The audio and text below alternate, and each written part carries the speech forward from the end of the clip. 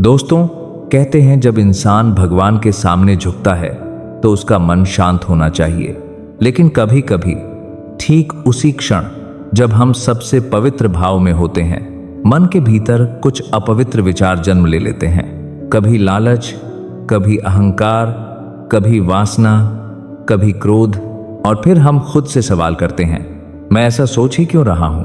आज की कहानी एक ऐसे ही व्यक्ति की है जिसने पूजा करते हुए अपने मन में उठते इन गलत विचारों से लड़ाई लड़ी और अंत में उसे यह समझ आया कि भगवान मंदिर में नहीं, मन की गहराई में निवास करते हैं। दोस्तों, बोधि ड्रीम्स वाला यूट्यूब चैनल पर आपका अभिनंदन है। वाराणसी का शांत किनारा, सूरज की पहली किरण गंगा के जल पर पड़ रही थी।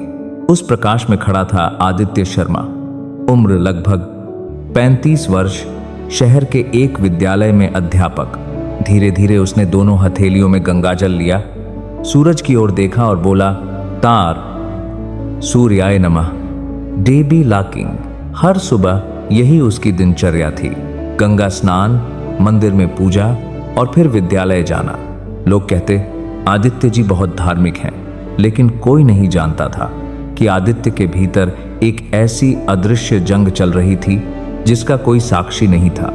हर बार जब वह पूजा के लिए आंख बंद करता, मन में कोई गलत विचार आ जाता। कभी किसी के प्रति ईर्ष्या, कभी किसी महिला के प्रति अनुचित कल्पना, कभी अपने ही गुरु के प्रति संदेह। वह घबरा जाता, हे भगवान, मैं इतना गंदा सोच कैसे सकता हूं जब मैं तेरे सामने हूं। और फिर वह बार बार हाथ धोता, फिर से मंत्र बोलता, फिर भी मन शांत नहीं होता। धीरे धीरे यह उसका आंतरिक भय बन गया। एक दिन आदित्य अपने पुराने गुरु स्वामी राघवदास जी से मिलने गया। वे बनारस के बाहर एक छोटे आश्रम में रहते थे, जहां गंगा का स्वर मधुरता से बहता था। आदित्य ने चरण छुए, गुरुदेव, मुझसे एक बड़ा पाप हो रहा है। स्वामी जी मुस्कुराए, पाप? वो कौन सा पाप जो तुम हर दिन करते हो?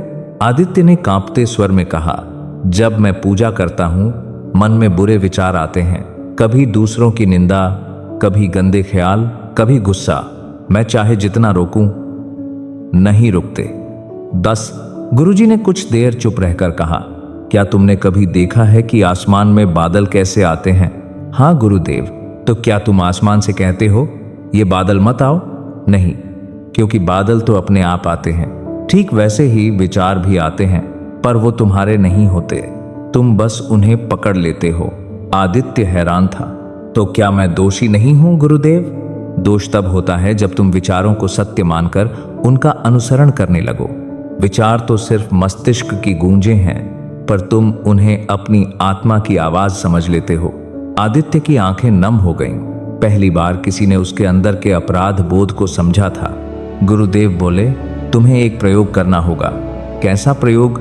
कल जब तुम पूजा करो तो विचारों से मत लड़ना, सिर्फ उन्हें देखना। जैसे तुम किसी नदी में तैरते पत्तों को देखते हो, वैसे अपने विचारों को देखो, उनसे लड़ो मत, बस गुजरने दो। अगले दिन आदित्य ने वही किया। वह पूजा में बैठा, एक्स नमः शिवाय का जाप शुरू किया। पहले ही मंत्र के साथ एक गलत ख्याल आया। उसने अपने पड़ोसी शर्मा जी की पत्नी को देखा था और वही दृश्य अचानक मन में आ गया। वह पहले तो घबरा गया, फिर गुरु की बात याद आई, लड़ो मत, देखो। वह शांत बैठा रहा। विचार आया, थोड़ी देर ठहरा, फिर खुद ही चला गया। पहली बार उसने महसूस किया कि विचार उतने शक्तिशाली नहीं थे जितना वह उन्हें समझता था। दिन बीतते गए। अब पूजा करते हुए भी आदित्य का मन पहले से शांत रहने लगा, पर एक दिन अचानक उसे फिर एक बड़ा झटका लगा। मंदिर में आरती चल रही थी और उसके मन में आया, क्या सच में भगवान मूर्तियों में होते हैं या यह सब दिखावा है? वह सन्न रह गया।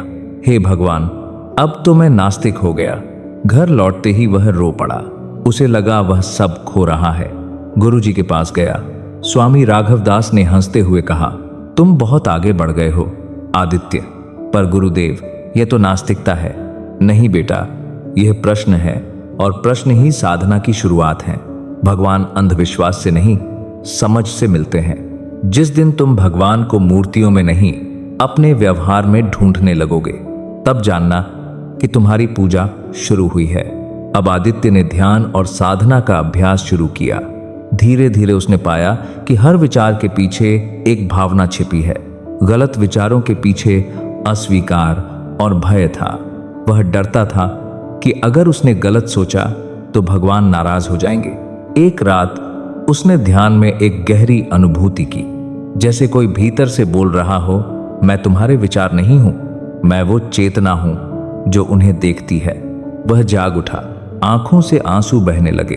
उसे लगा जैसे वर्षों का बोझ उतर गया हो। अब पूजा उसके लिए कोई रस्म नहीं रही, बल्कि एक संवाद बन गई अपने ही भीतर के भगवान से। कुछ महीने बीत गए। आदित्य अब पहले जैसा नहीं रहा था। वह शांत, संयमी और आत्मनिष्ठ हो गया था। उसके घर में वातावरण बदल गया था। जहां पहले चिंता और अपराध बोध था, वहां अब संतुलन था। परंतु जीवन की परीक्षा तभी आती है जब हम सोचते हैं कि सब कुछ ठीक है।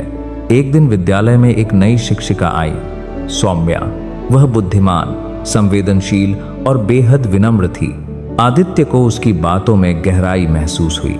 धीरे धीरे दोनों के बीच मित्रता बढ़ी, पर आदित्य के मन में एक और संघर्ष उठने लगा। जब भी वह सौम्या से बात करता, मन के भीतर एक आकर्षण पैदा होता और वह फिर वही सोचता जो उसे पूजा के दौरान सताता था। फिर वही गलत विचार, क्या मैं फिर वही पुराना बन रहा हूं? वह रात को सो नहीं सका। अगली सुबह उसने खुद को गंगा तट पर बैठा पाया, जहां लहरें उसकी बेचैनी को शांत करने की कोशिश कर रही थीं। हे भगवान, ये भावनाएं क्यों आती हैं? क्या ये भी परीक्षा का हिस्सा हैं? तभी हवा का एक झोंका उसके चेहरे से टकराया और ऐसा लगा मानो कोई कह रहा हो, मनुष्य को भावनाएं दी गई हैं, उन्हें दबाने के लिए नहीं, समझने के लिए।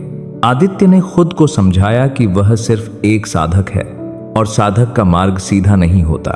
पर मोह धीरे धीरे अपना जाल बुन रहा था।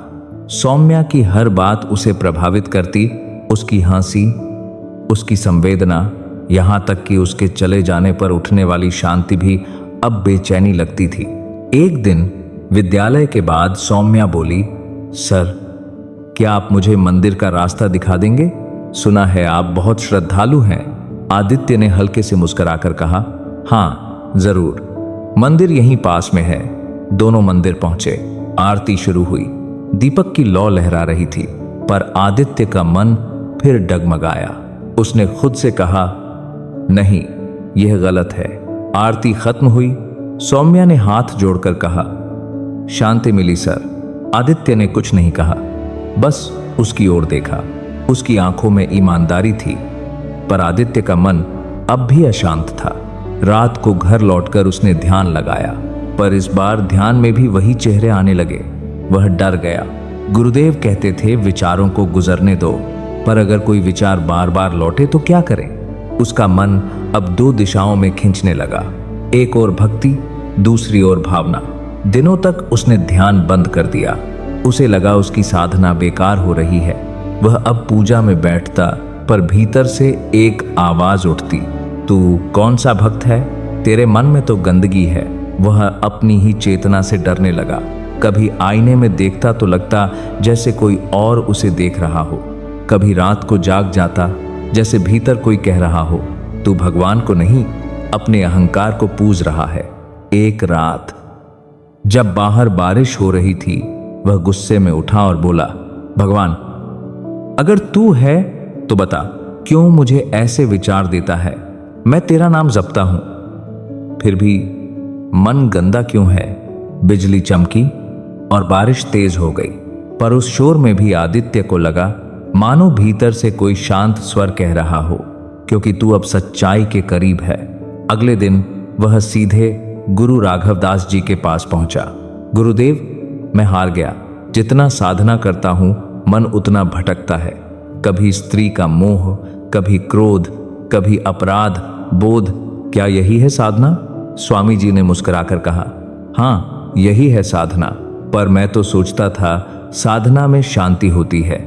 नहीं बेटा, साधना में सबसे पहले उथल पुथल होती है, क्योंकि जब तुम भीतर झांकते हो तो पहले गंदगी दिखती है, फिर सफाई शुरू होती है। जैसे कोई झील हो, नीचे कीचड़ हो, ऊपर शांत जल। अगर तुम उस जल को हिलाओगे तो कीचड़ ऊपर आएगा, पर वही कीचड़ ऊपर आए बिना साफ भी तो नहीं होगी। कांपकर आंस। आदित्य के आंखों से आंसू बहने लगे। गुरु ने आगे कहा, तुम्हारे भीतर जो गलत विचार आते हैं वो तुम्हारी गलती नहीं, वो तुम्हारे अवचेतन के साए हैं जो अब प्रकाश में आना चाहते हैं। उन्हें भगाओ मत, बस देखो, पहचानो, स्वीकारो। आदित्य ने वही किया। अब जब कोई गलत विचार आता वह खुद से कहता, ठीक है, तुम भी मेरे हिस्से हो। धीरे धीरे उन विचारों की शक्ति कम होने लगी। एक दिन ध्यान करते करते उसे लगा जैसे उसका पूरा शरीर हल्का हो गया है। सांसें रुक गईं, पर डर नहीं था। उसने भीतर एक गहरा प्रकाश देखा, जैसे कोई कह रहा हो, तुम पवित्र हो क्योंकि तुम देखने वाले हो, सोचने वाले नहीं। विचार तो आते जाते हैं, पर जो उन्हें देख रहा है वही मैं हूं, वही तू हूं। उस क्षण उसे लगा जैसे भीतर का अंधकार पिघल गया हो। वह मौन हो गया, न कोई मंत्र, न कोई सोच, सिर्फ गहरी शांति। उस दिन के बाद से उसकी पूजा बदल गई। अब वह भगवान से वरदान नहीं मांगता था, बल्कि बस मौन में बैठ जाता था। एक दिन सौम्या ने पूछा, सर, अब आप रोज मंदिर नहीं जाते? वह मुस्कुराया, अब मंदिर मेरे भीतर है।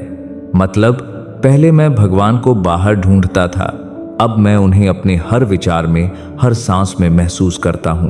वह अब हर चीज में भगवान को देखने लगा, छात्रों की मुस्कान में, बारिश की बूंदों में, यहां तक कि उन गलत विचारों में भी, क्योंकि अब वे उसे भय नहीं देते थे, बल्कि याद दिलाते थे कि वह इंसान है। 1 साल बाद गुरु राघवदास जी ने आदित्य से कहा, बेटा, अब तू साधक नहीं रहा, अब तू साक्षी बन गया है। आदित्य ने नम्रता से कहा, गुरुदेव, पर मेरे भीतर अब भी विचार आते हैं। गुरुजी बोले, विचारों का आना बंद होना ही मुक्ति नहीं है, बल्कि उनका असर खत्म होना ही मुक्ति है। फिर वे बोले, अब तू दूसरों को सिखा कि पूजा मन की पवित्रता का अभ्यास है, न कि विचारों की अनुपस्थिति का। आदित्य ने झुककर प्रणाम किया। वह अब गंगा किनारे बैठा लोगों को ध्यान सिखाने लगा, पर किसी को यह नहीं बताया कि उसकी साधना की शुरुआत गलत विचारों से हुई थी। जब हम पूजा करते समय गलत विचारों से घबराते हैं तो हम ये भूल जाते हैं कि मन एक दर्पण है, जो जैसा भरा है वैसा ही दिखाएगा। अगर हम उसे दोष देने लगें तो कभी शांति नहीं मिलेगी, लेकिन अगर हम उसे समझें, देखें, स्वीकारें, तो वही मन हमें भगवान तक पहुंचा देगा, क्योंकि भगवान वही है जहां हम अपने विचारों से परे जाकर देखने वाले बनते हैं। दोस्तों, कभी कभी जब हम भगवान के सामने बैठते हैं और मन में गंदे या गलत विचार आते हैं तो घबराइए मत। इसका मतलब यह नहीं कि आप बुरे हैं, बल्कि इसका मतलब यह है कि आप अपने भीतर की सफाई के चरण में हैं। जैसे कोई दीपक जलाने से पहले बत्ती को मरोड़ना पड़ता है, वैसे ही आत्मा को चमकाने से पहले मन को झकझोरना पड़ता है। याद रखिए, भगवान बाहर नहीं, आपके देखने, समझने और स्वीकार करने की शक्ति में है। वही सच्ची पूजा है, वही सच्चा भगवान है, वही सच्ची शांति है।